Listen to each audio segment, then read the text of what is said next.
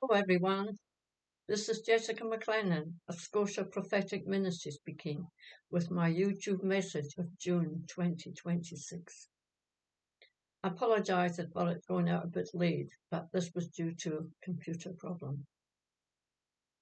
June has been a very eventful month indeed, ending with Prime Minister Keir Starmer resigning and making way for the new kid on the block, Andy Burnham, so-called King of the North.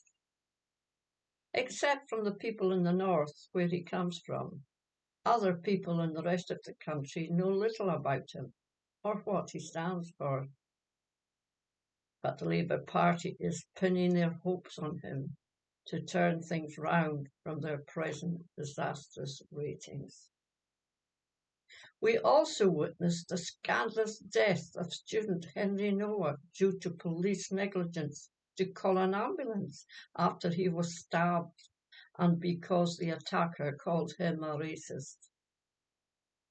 This caused riots in Southampton and elsewhere, accusing the police of two-tier policing. There then followed a man stabbed in Belfast by a Sudanese immigrant.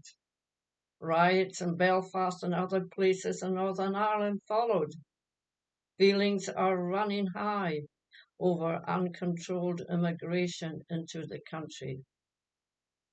It is not just the police either.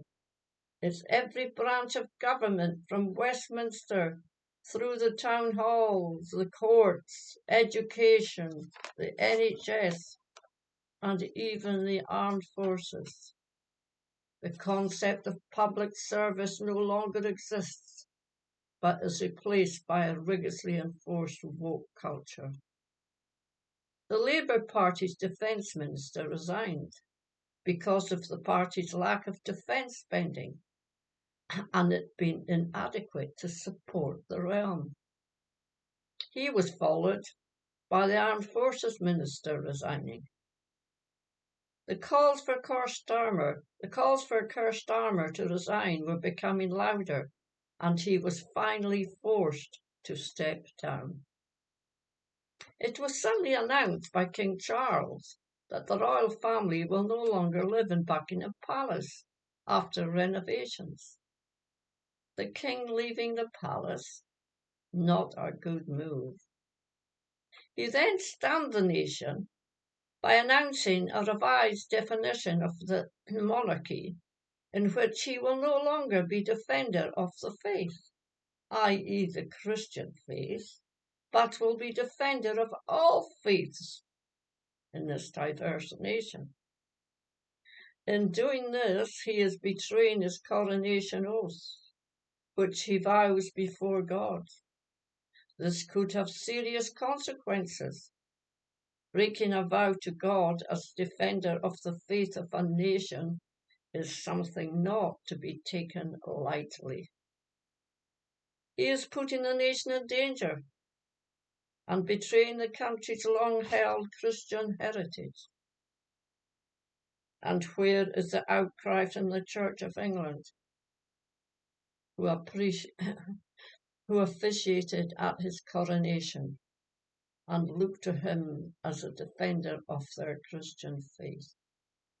They have let the people down badly. Listen to the following prophecies that have been given. Watch and pray as the battle over the destiny of the United Kingdom rages, and the unity of the four hangs in the balance. The unity of the four nations now hangs in the balance and is found wanting. Look again to Scotland, for signs will come. For a once great and united kingdom now stands on the threshold of even greater chaos and division. The thistle will no longer grow in the garden with the rose. Things are rapidly taking shape according to what has been prophesied, and a nation divided against itself cannot stand. Remember, it is God's plans to do a new thing in the Isles of Britain, to pull down and separate and replant and build up again. What God has purposed will surely come to pass, and the 4 nations of the British Isles will be restored under their own sovereignty once again. My next broadcast will be in the last week in July. Meanwhile, you can check my website at scotiapropheticministry.com. And if you would like, please subscribe to my channel. So, until next time, goodbye and God bless.